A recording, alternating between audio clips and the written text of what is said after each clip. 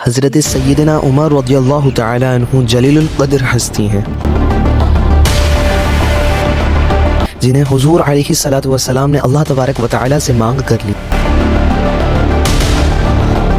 سارے صحابی رسول کریم صلی اللہ علیہ وسلم کے مرید ہیں، لیکن جناب عمر میرے حضور کے مراد ہیں۔ 39 لوگ جب اسلام لا چکے تو 39ویں شخص حضرت امیر حمزہ رضی اللہ تعالی عنہ تھے۔ ان کا ایمان لانا مسلمانوں کے لیے بہت بڑی ڈھارس اور بہت بڑے حوصلے کا ذریعہ بنا۔ تو میرے حضور نے ہاتھ اٹھا لیا اور کہا، اے اللہ تبارک و تعالی، ایک شیر دیا ہے امیر حمزہ، ایک شیر اور عطا کر دے، اب تیری مرضی، عمر بن خطاب دے یا عمر بن حشام دے۔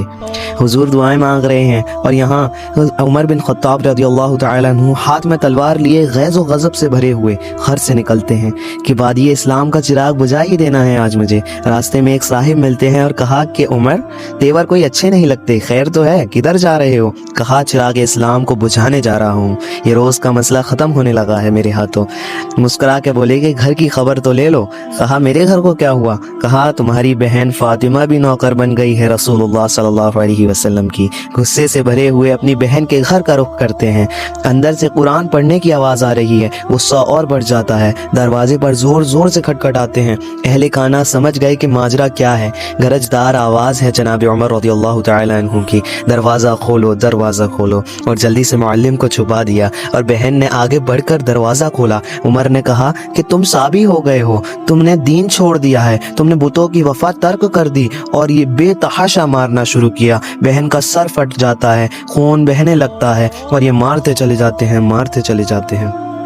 فاطمہ بنت خطاب بولی، عمر تم خطاب کے بیٹے ہو، اور سنو میں بھی خطاب کی بیٹی ہوں، جو ظلم جو جبر کرنا ہے کرو، میں محمد عربی صلی اللہ علیہ وسلم کا دامن نہیں چھوڑوں گی۔ سوچنے پر مجبور ہو جاتے ہیں کہ وہ کون سی طاقت ہے جس نے بجلیاں بھر دی ہیں اس کے اندر۔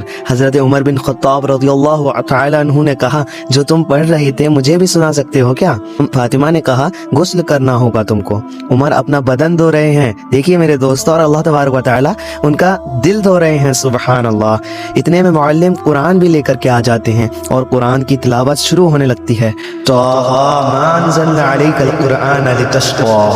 اے محبوب چاند، ہم نے قرآن اس لیے نازل تو نہیں کیا کہ تاکہ تم مشقت میں پڑ جاؤ۔ بےتاب ہو گئے، کہا کہ عمر کی عمر برباد ہو گئی، مجھے لے چلو حضور کی چوکھٹ پر۔ تلوار حمائی کی ہے، بہنوئی ساتھ ہیں اور حضور کی بارگاہ میں حاضر ہو رہے ہیں۔ دروازے کی سوراخوں سے دیکھا تو صحابہ تشویش کا اظہار کر رہے ہیں کہ عمر آ رہا ہے، تلوار حمائی کی ہے، اور ارادے اچھے نہیں لگتے۔ جناب امیر حمزہ رضی اللہ تعالی عنہ نے کہا، جب دروازہ کھول دو، اچھی نیت سے آیا تو استقبال کریں گے، اور نیت اچھی نہیں ہے تو اس کی تلوار سے اسی کی گردن کاٹ دیں گے۔ اللہ اکبر۔ حضور کے سامنے جا کے بیٹھ گئے، گلے میں کپڑا ڈالا تو حضور علیہ الصلوۃ والسلام نے پکڑ کے کہا کہ عمر، ابھی وقت نہیں آیا کہ تم اسلام لے آؤ۔ یہی وقت تھا کہ حضرت عمر کا اسلام لانے کا۔ لبوں پر کلمہ جاری ہو گیا، اللہ اکبر کی صدا اس زور سے گونجی کہ مکے کی گلیاں گونجنے لگیں۔ اسلام لانے کے بعد حضور سے پوچھتے ہیں کہ حضور کیا ہم حق پر نہیں ہیں؟ فرمایا ہم حق پر ہیں، اللہ کا دین سچا نہیں ہے۔ کہا کہ اللہ کا دین سچا ہے، کیا آپ اللہ کے سچے نبی نہیں ہیں؟ فرمایا میں اللہ تبارک و تعالی کا سچا نبی ہوں۔ کہا پھر ہم چھپ کر عبادت کیوں کریں؟ اب مسلمانوں کی دو صفیں بنتی ہیں، ایک صف کی قیادت امیر حمزہ رضی اللہ تعالی عنہ کرتے ہیں اور دوسرے صف کے آگے آگے عمر بن خطاب رضی اللہ تعالی عنہ چلتے ہیں، اور درمیان میں حضور علیہ الصلوۃ والسلام ہے، اور یہ ملکوتی قافلہ صحن حرم میں آ کے اعلانیہ عبادت کرتا ہے۔ اللہ اکبر۔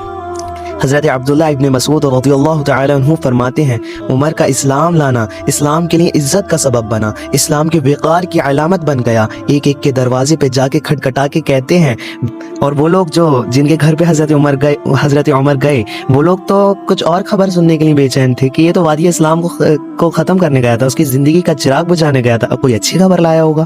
وہ کہتے ہیں کہ آؤ عمر کدھر آئے ہو؟ حضرت عمر رضی اللہ تعالی عنہ نے ان لوگوں سے کہا، کمزوروں سے پنجہ آزمائی کرتے رہے ہو، شروع سے کرتے رہے ہو، آؤ میرے سے بات کرو، میں محمد عربی صلی اللہ علیہ وسلم کا غلام بن گیا ہوں، نوکر بن گیا ہوں۔ اللہ اکبر۔ میرے حضور نے فرمایا، جب اچھے لوگوں کا ذکر کرو تو میرے عمر کا بھی ذکر کیا کرو، میرے عمر کی زبان پر حق بولتا ہے، میرے عمر پر سچ بولتا ہے۔ ان الشیطان یفر من ذل عمر، عمر کے سائے کو دیکھ کر شیطان بھاگتا ہے۔ اللہ اکبر۔ اسلام لائے تو زندگی کی ایک ایک سانس اسلام کے لیے وقف کر دی, حضور کا پہرا دیا, حضور کی ناموس کا پہرا دیا, حضور کی شریعت کا پہرا دیا. اسلامی فتوحات پھیلتی ہی چلی گئیں, پھیلتی ہی چلی گئیں. کبھی مصر فتح ہو رہا ہے تو کبھی عراق فتح ہو رہا ہے, آرمینیا تک مسلمانوں کی فوجیں پہنچ رہی ہیں. اللہ اکبر, سبحان اللہ. اور تو اور 22 لاکھ مربع میل تک حضرت عمر رضی اللہ تعالی عنہ کی سلطنت پھیل جاتی ہے. عدل و انصاف کا دورہ ہوتا ہے. میرے پیارے عزیزوں, اگر آپ کو میری ویڈیو اچھی لگی ہو تو ایک لائک, ایک کمنٹ اور چینل کو سبسکرائب ضرور کیجیے گا, اور میری اور ایسی ویڈیو دیکھنے کے لیے چینل کے بیل آئیکن پر کلک ضرور کیجیے گا, کیونکہ آپ تک وہ ویڈیو آتی رہیں. جزاک اللہ. السلام علیکم ورحمۃ اللہ وبرکاتہ.